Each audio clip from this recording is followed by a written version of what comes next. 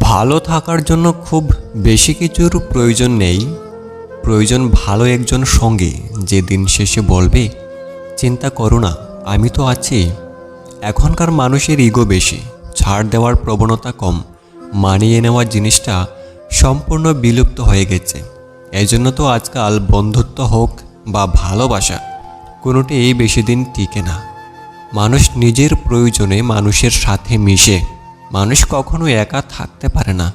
বেকার প্রেমিকের পাশে সব মেয়ে থাকতে চায় না, আর যারা থাকতে চায় তারা সাধারণ হয় না। মেয়েদের সম্মান মেয়েরাই দেয় না। কিছু সম্পর্ক এভাবেও ভেঙে যায়, একজন কথা বলার জন্য অপেক্ষা করতে থাকে তো অন্যজনের ইচ্ছেই জাগে না। পরিস্থিতি যে কোনো সময় পরিবর্তন হতে পারে। জীবনে কাউকে কষ্ট দিও না। আজ হয়তো তুমি শক্তিশালী, কিন্তু সময় তোমার থেকেও বেশি শক্তিশালী। প্রচণ্ড ভালোবাসার পরও যে মানুষটি আপনার হয়নি, তার জন্য মন খারাপ করা, আফসোস করা নিশ্চয়ই বোকামি। তাকে মুক্তি দিয়ে দিন, আপনি ভালো থাকবেন।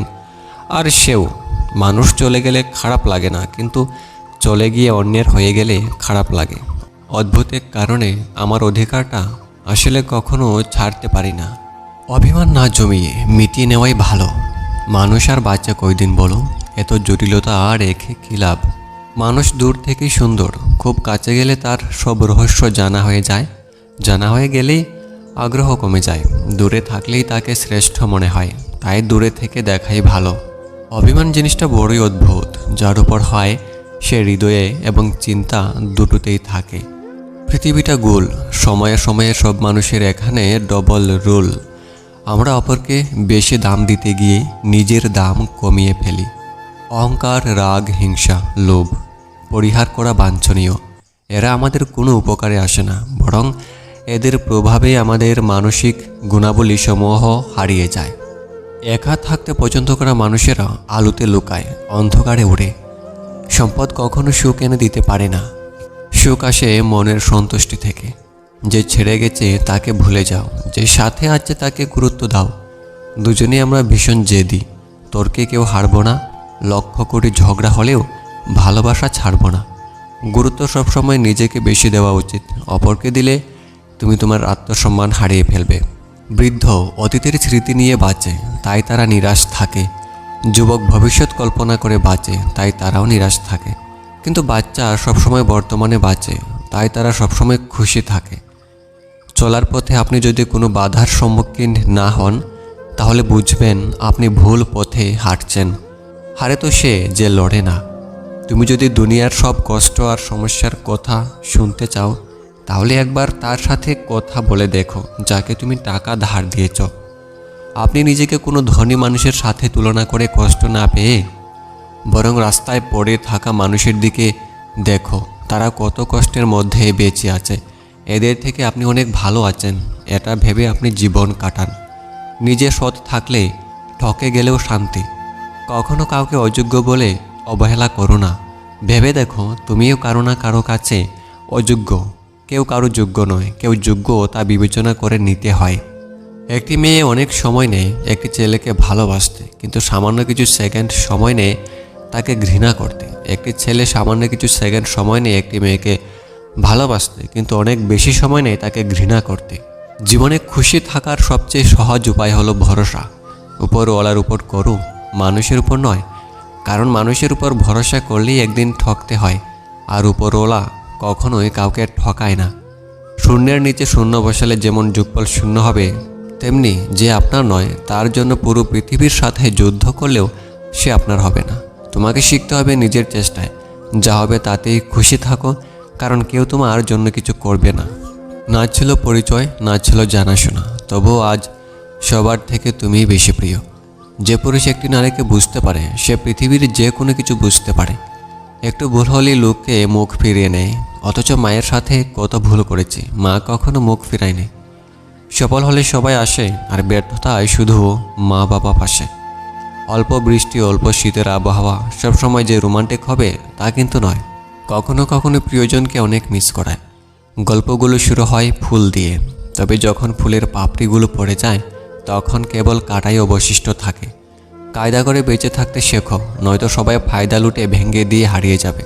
মেয়েরা তার জীবনের 3 ভাগের 2 ভাগ অভিমান করে কাটিয়ে দেয়। ক্যারিয়ারে মনোযোগ দাও, এখন সম্পর্কের কোনো ভরসা নেই। নিজেকে নিচে নামিয়ে অন্যের পছন্দের হওয়ার চেয়ে আত্মসম্মান রক্ষা করাটা বেশি শ্রেয়। মন খারাপের সময় যে আপনাকে হাসাতে পারে সেই মানুষটাই আপনার হোক। মুখের উপর কথা বলা মানে কাউকে না মানা নয়, যা বুঝি না তা মাথা উঁচু করে বুঝি না বলা। দুবেলা না খেয়ে থাকলেও হয়তো মানুষের এতটা কষ্ট হয় না যতটা কষ্ট হয় প্রিয়জনের কাছ থেকে সামান্য একটু অবহেলা পেলে। কারো সাথে সত্যিকারের সম্পর্কে জড়ালে নিজের ভালো থাকাটা তার উপর নির্ভর করে। আপন ভেবে যাকে বিশ্বাস করবেন সে আপনাকে গোপনভাবে আঘাত করবে। সম্পর্কে একবার সন্দেহ ঢুকলে দীর্ঘদিনের সম্পর্কেও বিচ্ছেদ ঘটে। মানিয়ে নেওয়াটা সহজ মনে হলেও মেনে নেওয়াটা সহজ নয়। যে বাড়িতে জন্ম সেই বাড়িতেই একদিন অতিথি হয়ে আসতে হয়, এটাই মেয়েদের জীবন। মানুষগুলো কেমন যেন খুব অল্পতেই অহংকারী আর স্বার্থপর হয়ে ওঠে। নতুন কিছু পাওয়ার আশায় ভুলে যায় তার অতীতকে। ভাগ্যের কাছে নয়, হেরে গেছে বিশ্বাসের কাছে। মিষ্টি কথা নয়, স্পষ্ট কথা বলতে ভালোবাসে। তাতে কে থাকলো আর কে গেল যায় আসে না। অনেক শখের স্বপ্নগুলো যখন ভেঙে যায় তখন মানুষ আস্তে আস্তে বদলতে শুরু করে। চোখের জলটা অনেকটা ফুলের মতো, কখনো নিজে থেকে ঝরে পড়ে, কখনো বা অন্য কেউ এসে ঝরিয়ে দিয়ে চলে যায়। মানুষের এটাই সবচেয়ে বড় দোষ, মানুষ তার না পাওয়াগুলোকে খুব বেশি করে যত্ন করে আর পাওয়াগুলোকে অবহেলা করে দূর করে দেয় এবং হারিয়ে ফেলে। একদিন এক শিক্ষক তার ছাত্রদের প্রশ্ন করলেন, তোমরা কি বলতে পারো আমরা যখন অনেক বেশি রেগে যাই তখন চিৎকার করি কেন? সবাই বেশ কিছুক্ষণ চিন্তা করার পর একজন ছাত্র উত্তর দিল, কারণ রেগে গেলে আমরা নিজের উপর নিয়ন্ত্রণ হারাই, তাই একটা পর্যায়ে চিৎকার করে ফেলি। শিক্ষক বলেন, কিন্তু আমরা যার উপর রাগ করি সেই মানুষটি তো আমাদের সামনেই থাকে, তবু কেন আমাদেরকে চেঁচিয়ে তার সাথে কথা বলতে হবে?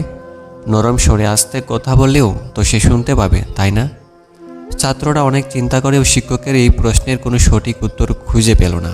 তখন শিক্ষক ব্যাখ্যা করলেন, দুটো মানুষ যখন একে অপরের উপর রেগে যায় তখন তারা একে অন্যের অন্তর থেকে দূরেই সরে যায়। এই রাগ তাদের অন্তরের মাঝেও দূরত্ব সৃষ্টি করে। সেই দূরত্ব একটু একটু করে যত বাড়তে থাকে ততই তাদের রাগ বা ক্রোধ বেড়ে যায় এবং তখন তাদেরকে আরও চিৎকার করতে হয়, আরও জোরে তর্ক করতে হয়। যদি আমরা ভেবে দেখি দুজন মানুষ যখন একে অন্যের প্রেমে পড়ে বা ভালোবাসেন তখন কি হয়?